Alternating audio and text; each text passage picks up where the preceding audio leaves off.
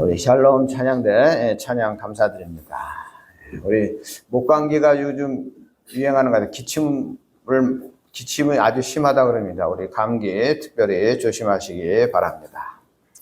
장로교의 아버지 하면은 칼빈입니다. 여러분들 다 아실 것이고요. 근데 또 한 사람인데 찌븐글리라는 사람이 있어요. 우리가 좀 생소하긴 한데 이 두 사람이 하여간 장로교가 세워지는데 아주 큰 공헌을 하신 분이고요. 칼빈은 프랑스 사람이고 찌븐글리는 스위스 사람인데 두 사람 다 활동은 스위스 제네바에서 활동을 했습니다. 그래서 제가 이 칼빈의 이 생가를 가봤거든요. 근데 파리 근처에 있습니다. 우리 식으로 하면 이제 서울 옆에 뭐 부천 뭐 그런 그 파리 외곽에 있습니다. 그런데 그 프랑스는 거의 90%가 카톨릭이에요. 그래서 그런지 그 칼빈의 생가를 독일에서 오신 어떤 할머니 같으신 분이 그걸 관리하고 계시더라고요. 그래서 이 프랑스는 이 개신교가 일어났을 때 한 300만 명인가 그 위그노 학사이라 해가지고 한 300만 명을 학살하죠. 개신교도들을. 그래서 프랑스에서는 이 개신교가 뿌리를 내릴 수가 없었어요. 아무튼 그런 아픈 역사가 있는데 어쨌든 오늘 제목이 뭡니까? 칼빈이 강조한 두 가지입니다. 이 칼빈이 지은 책 기독교 강요라는 신학생들이라면 다 공부할 수밖에 없는 그런 책이 있는데요. 거기에 보면 다음과 같이 우리가 가져야 될 두 가지 지식에 대해서 말하고 있어요. 우리가 가진 모든 참되고 건전한 지혜는 두 가지 부분으로 되어 있다. 그 하나는 하나님에 관한 지식이요, 또 하나는 사람에 관한 지식이다.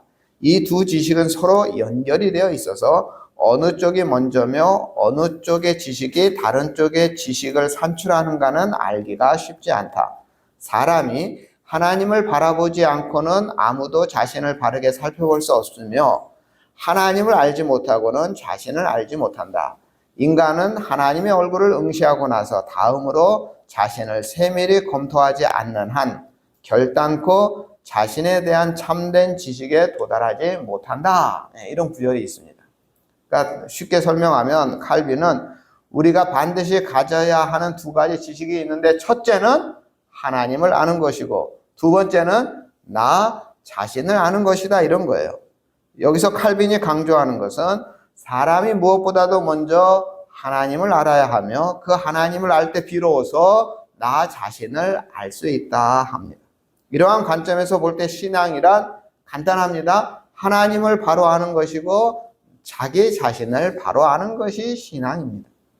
그런데 여기서 우리가 하나 짚고 넘어가야 할 것이 있습니다.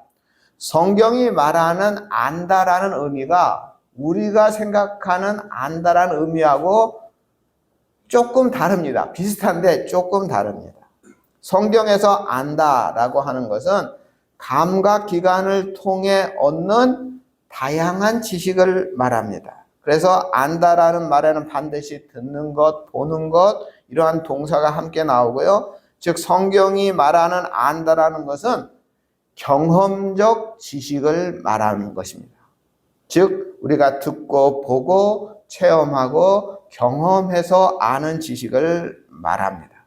그런데 이 경험적이라는 말은 좀 더 구체적이고 세밀하고 은밀한 의미를 가지고 있습니다. 창세기 4장 1절에 보면 아담과 하와가 부부로서의 삶을 사는 것을 안다라고 표현합니다. 즉 부부가 서로를 세밀하게 아는 지식, 부부만이 아는 것. 그러니까 다른 사람은 모르죠. 부부만의 뭐를 다른 사람은 알 수 없지 않습니까? 그러니까 두 사람이 경험하고 같이 살고 하면서 공유하는 두 사람만의 지식, 이런 것이, 그러니까 이것이 뭐 가르쳐 주고 책을 읽고 뭐 이렇게 아는 게 아니라 서로 경험하고 체험하고 하는 그러한 알물 말합니다. 이 알의 의미는 구약 성경에 11번 사용됐습니다. 이렇게 성경이 말하는 지식의 개념에 대해 학자들은 그리스인들이 가지고 있는 형이상학적 이론적 지식과 달리 구약 성경이 말하는 지식은 끊임없이 경험하고 인격적인 만남을 통해서 얻어지는 것을 말합니다. 결론적으로 성경이 말하는 성경이 말하는 지식은 그 대상과의 끊임없는 만남과 반복적인 경험으로 알아야 하는 것입니다. 오늘 본문은 바로 이러한 개념으로 먼저 우리에게 다음과 같은 질문을 하고 있습니다. 첫 번째 질문은 하나님을 아십니까? 하는 질문입니다. 이 시내산 이 광야에서 평범한 목동으로 살고 있던 모세, 호렙산에서 불에 타지 않으면서 계속 불이 붙어 있는 그 떨기나무 가운데 하나님을 만났습니다. 그 하나님은 모세에게 애굽으로 가서 이스라엘 백성을 구해서 약속의 땅 가나안으로 가라 명령하셨습니다. 그러나 모세는 이 명령을 감히 거절했습니다. 하나님께서 모세와 함께 하시면서 반드시 이스라엘을 애굽에서 건져내 주시겠다, 이렇게 모세를 여러 번 설득했는데, 그래도 모세는 나를 보내신 분이 누군지 모르고 또 내가 그렇게 얘기하는데 믿겠습니까? 하면서 감히 하나님의 명령을 거절했습니다. 그리고 나서 오늘 본문 1절에 보면 모세는 하나님의 명령을 또 거절합니다. 세 번째 거절입니다. 모세가 하나님의 명령을 거절하면서 내세우는 주장이 무엇인지 아십니까? 제가 가서 출애굽이라는 구원의 소식을 전해도 이스라엘 백성들이 그것을 믿지 않을 것이며 하나님께서 저에게 나타나신 사실도 저들이 믿지 않을 것이라는 주장입니다. 여기서 모세가 그들이 저를 믿지 않을 것입니다 라고 할 때 이 믿다라는 이 히브리어가 어린 아이를 양육하다라는 의미가 있습니다. 부모를 신뢰하다라는 뜻도 있습니다.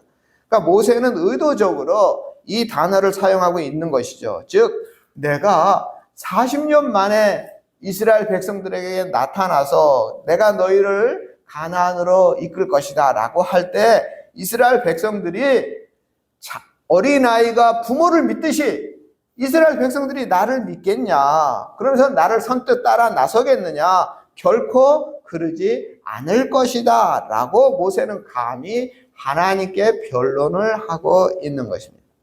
게다가 오래전의 일이긴 하지만 모세가 또 지은 죄가 있지 않습니까? 예? 그래서 그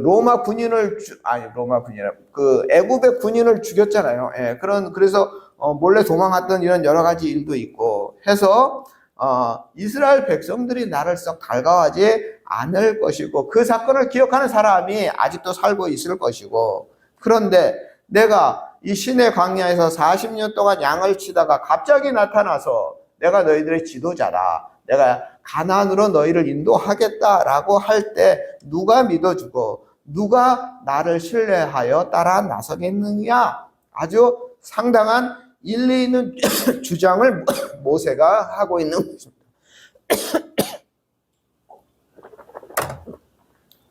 상당히 모세가 근거를 가지고 하나님께 아닙니다, 3번이나 지금 계속 거절을 하고 있는 것입니다. 그런데 이 거듭되는 이 모세의 거절을 살펴보면 문제가 되는 것은 백성들이 모세를 믿지 못할 것이다 하는 점이죠. 그런데 사실은 이 모세의 거절을 자세히 살펴보면 모세 자신이 아직도 하나님을 믿지 못하고 있는 거예요. 모세 자신이 먼저 하나님의 권능을 확신하지 못하고 있는 것입니다. 살아계신 하나님, 그 떨기나무가 불에 타는데 계속 타요. 꺼지지 않아요. 그 가운데 나타나시는 하나님을 만났어요. 그런데도 불구하고 아직 모세에게 믿음과 확신이 부족한 것입니다. 이런 믿음이 부족한 모세를 하나님이 어떻게 하시느냐? 하나님은 모세에게 내 손에 있는 것이 무엇이냐 물으셨습니다. 그래서 모세가 가지고 있는 것이 지팡이였잖아요. 그래서 하나님은 그 모세에게 그 지팡이를 던져라 하니까 그 지팡이가 뭐가 됐습니까? 뱀이 됐습니다. 그렇다면 여러분, 왜 하필 뱀으로 바뀌었을까요? 제가 어렸을 때는 지팡이가 뭐처럼 생겼습니까? 뱀처럼 생겼잖아요. 그러니까 당연히 뱀으로 바뀌었겠지. 뭐 이렇게 생각을 했단 말이죠.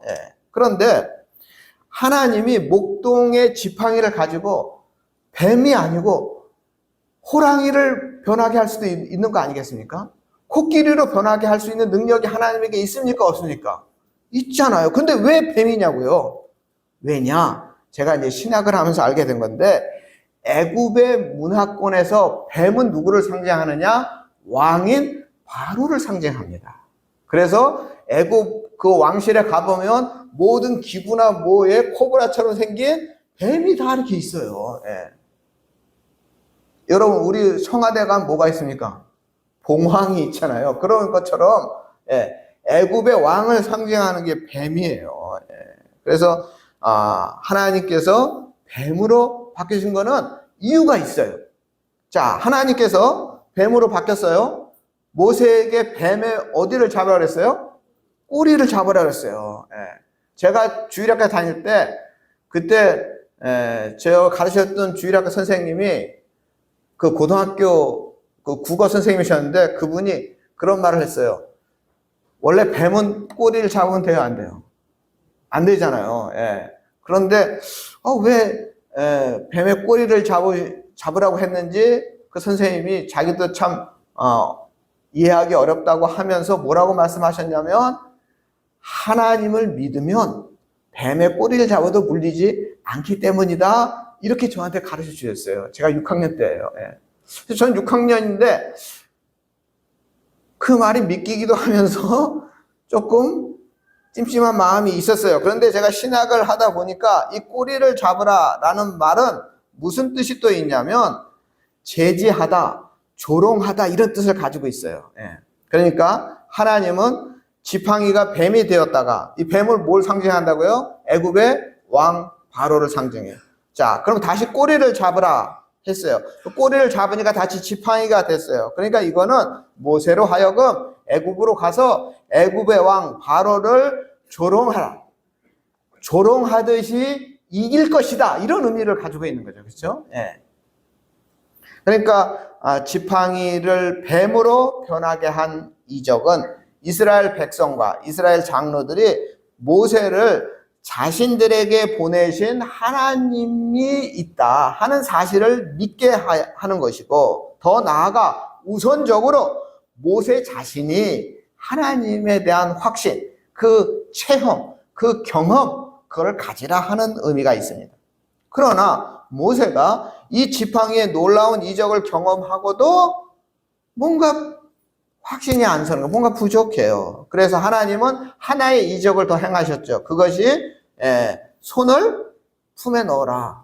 그랬더니 그 손이 어떻게 됐습니까? 문둥병에 걸렸습니다. 그리고 다시 또 품에 넣어라. 그랬더니 다시 그 손이 고쳐졌습니다. 순식간에 나병에 걸렸어요. 모세는 놀랄 수밖에 없었죠. 그 당시에 유대인들에게 최고의 정말 걸리면 안 되는 병이 이 문둥병, 나병이에요. 왜? 나병은 치료할 수도 없어요. 또 나병에 걸리면 혼자 격리를 해야 돼요. 같이 살 수가 없어요. 그렇기 때문에 굉장히 부정한 병이고 불치병이고 그랬습니다. 그런데 이 병이 순식간에 걸렸다가 순식간에 나았어요. 이거를 모세가 직접 자기 손으로 경험을 한 것입니다. 그렇게 하신 후에 하나님이 말씀하시죠. 우리 화면 보시고 한번 읽어볼까요? 우리 1번 함께 있습니다. 만일 그들이 너를 믿지 아니하며 그 처음 표징의 표징을 받지 아니하여도 나중에 표징은 믿으리라. 그러니까 뱀이 바뀐 거 이거 안 믿을 수도 있다. 우리도 그 뱀이 상징하는 의미를 잘 몰랐잖아요. 근데 그 뱀이 애굽을 상징하는 것이고 애굽을 조롱하는 것이고 애굽을 이기겠다는 의미가 있는데도 불구하고 그걸 이해하지 못하는 사람이 있을 수 있다는 거죠. 그러나 이 두 번째 표징은 믿을 것이다. 그러나 이 두 번째 이 이적 역시 우선은 누구를 위한 거예요? 모세를 위한 거예요. 모세의 믿음을 위한 거예요. 모세로 하여금 하나님을 바로 알고 하나님의 존재와 능력을 체험케 하신 거예요. 아니, 자기 손이 문둥병 걸렸다가 자기 손이 낫는 것을 본인이 직접 체험했잖아요. 하나님과 그 권능 앞에 주저하고 있는 모세에게 하나님께서 직접 경험하게 하신 것이에요. 하나님이 어떤 분인지, 하나님의 권능이 얼마나 크고 놀라운지 직접 체험을 통해서 알게 해주신 것이에요. 하나님을 믿으십니까? 라는 질문은 하나님을 머리로만, 지식으로만 알고 있는 것이 아니라 경험적으로, 체험적으로 알고 있느냐 하는 질문입니다. 만약 이러한 체험과 지식과 믿음이 없다면 모세처럼 안 됩니다, 못합니다, 못 갑니다, 그들이 내 말을 듣지 않을 것입니다 라고 우리도 소극적이고 우리도 부정적일 수밖에 없을 것입니다. 오늘 우리는 모세와 달리 분명한 믿음, 실제적이고 경험적인 하나님을 우리가 지식을 넘어서 굳건한 믿음으로 우리가 나아가야 하는 것입니다. 하나님을 아십니까? 이것이 첫 번째 질문이고요. 두 번째 질문은 자기 자신을 압니까? 하는 질문입니다. 하나님께서 모세를 부르실 때를 생각해 보십시오. 하필이면 가장 모세에게 쇠락기의 모세를 부르셨어요. 광야에서 무명으로 지낸 지 40년, 목동으로 햇볕에 거울리고 정말 짐승의 냄새인지 짐승의 냄새가 목동생활은 다 몸에 배지 않았겠어요. 사람의 냄새까지 배어서 정말 누가 보아도 가까이 하고 싶지 않은 그런 나이 80의 노년의 시기에 하필이면 이때 하나님께서 모세를 부르셨습니다. 좀 더 잘할 수 있을 때, 좀 더 기력이 충만할 때, 다양한 능력이 충만할 때 부르신 것이 아니었어요. 그래서일까요? 오늘 10절 이하에 보면 모세는 이렇게 어마어마한 체험을 하고도 망설입니다. 정말 모세는 주저합니다. 정말 왜 이렇게 답답할 정도로 정말 주저하고 이렇게 말을 하는데요. 주께서 제게 나타나신 후에도, 제가 애굽으로 가서 당신의 백성을 구하라고 명령하신 후에도, 제가 이제는 하나님의 능력을 믿지만 그럼에도 저는 여전히 저일 뿐입니다. 달라진 것이 없습니다. 제가 하나님의 능력 봤습니다. 제 손으로 직접 체험했습니다. 그러나 그래도 저는 아직 부족합니다. 이런 얘기죠. 모세는 하나님께 오 주여, 나는 본래 말을 잘 하지 못하는 자입니다. 나의 입이 뻣뻣하고 혀가 둔합니다 라고 고백합니다. 하나님께서는 이제 되었다, 이제 준비가 끝났다, 가라 하셨지만 모세는 아직도 망설이고 있습니다. 그래서 13절에 보면 모세는 아직 아주 정직하게 말을 합니다. 오 주여, 보낼 만한 자를 보내소서. 내가 안 가겠다는 거죠. 나 말고 능력 있는 사람, 더 젊은 사람, 이런 사람을 보내십시오 라고 말해요. 이 장면은 다소 부정적으로 보이는 장면입니다. 그러나 우리가 좀 더 세밀하게 살펴보면 모세는 자기 자신의 모습을 그대로 직시하고 있다는 것을 알 수 있어요. 자신의 모습을 정확하게 판단하고 있다고 볼 수 있습니다. 모세의 거절은 입으로의 거절이 아니라 진심 어린 거절입니다. 오 주여, 오 주여, 이 절규는 지금 모세의 거절이 순간적이고 감정적인 것이 아니라 무섭고 떨려서가 아니라 진심으로 이거는 제 역할이 아닌 것 같습니다 라고 말하고 있는 것입니다. 사실 하나님을 바로 알기 전에는, 하나님의 위대한 권능을 경험하기 전에는 쓰라린 기억이 있는 애굽이 싫었고, 배신자여 범죄자로 낙인 찍힌 애굽으로 돌아가는 것이 두려웠고, 이스라엘 백성들까지 나를 인정해 주지 않을까 봐 걱정이 되어서 거절한 것입니다. 그러나 이제는 하나님을 바로 알고 하나님의 위대한 권능을 분명히 자기가 몸소 체험했기 때문에 이제 지금의 거절은 진심으로 내가 정말 내 능력으로 내 모습을 내가 아는데 내 능력으로 이거를 내가 감당할 수 있을까 하는 데서 오는 진심 어린 거절입니다. 모세는 칼빈의 말대로 하나님을 먼저 알게 된 것입니다. 그리고 나서 내 자신을 분명히 또 알게 된 것입니다. 그래서 내 자신이 정말 부족한 사람이구나 하는 것을 깨달은 것입니다. 이 모세의 모습은 하나님을 만난 사람들에게 전형적으로 나타나는 모습입니다. 이사야를 보면 이사야가 성전에서 하나님을 만났을 때 그 하나님이 얼마나 거룩하신지 이 이사야가 직접 보았습니다. 그리고 그 거룩하심에 비추어 본 자신의 모습이 얼마나 부정한가를 깨달았어요. 이러한 깨달음이 있는 순간 이사야는 본능적으로 탄식하죠. 우리 화면 보시고 우리 함께 읽겠습니다.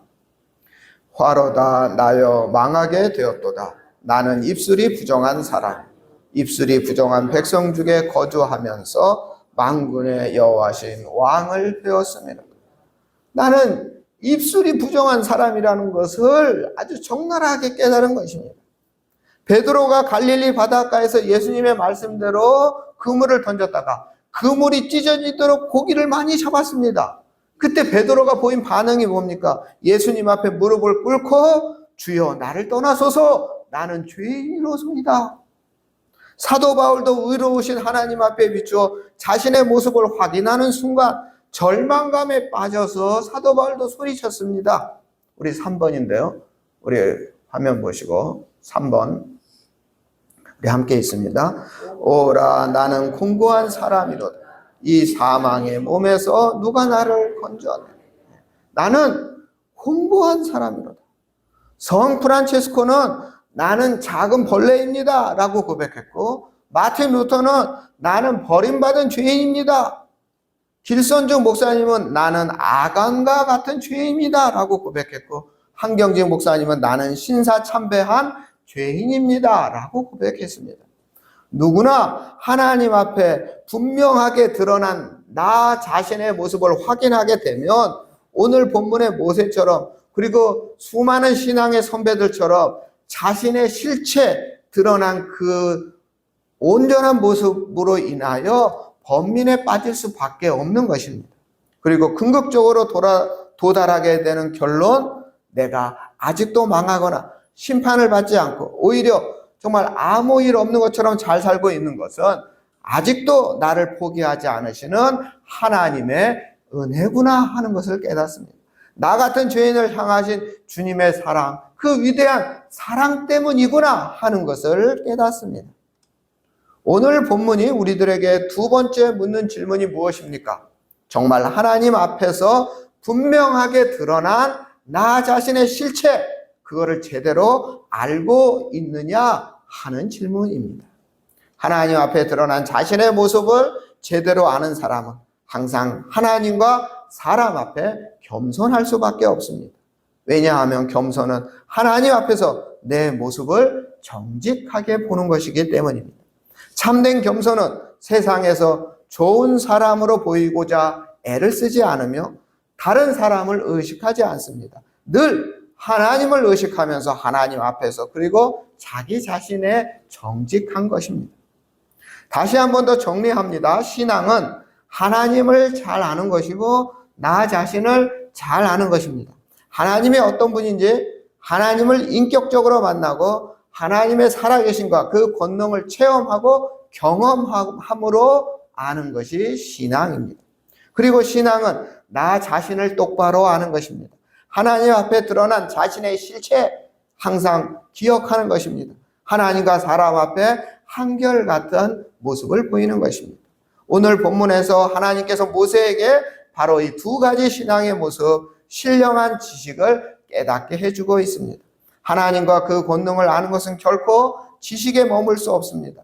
모세는 오늘 본문 이후에 기적을 행하는 사람이 됐다고 성경은 기록하고 있습니다.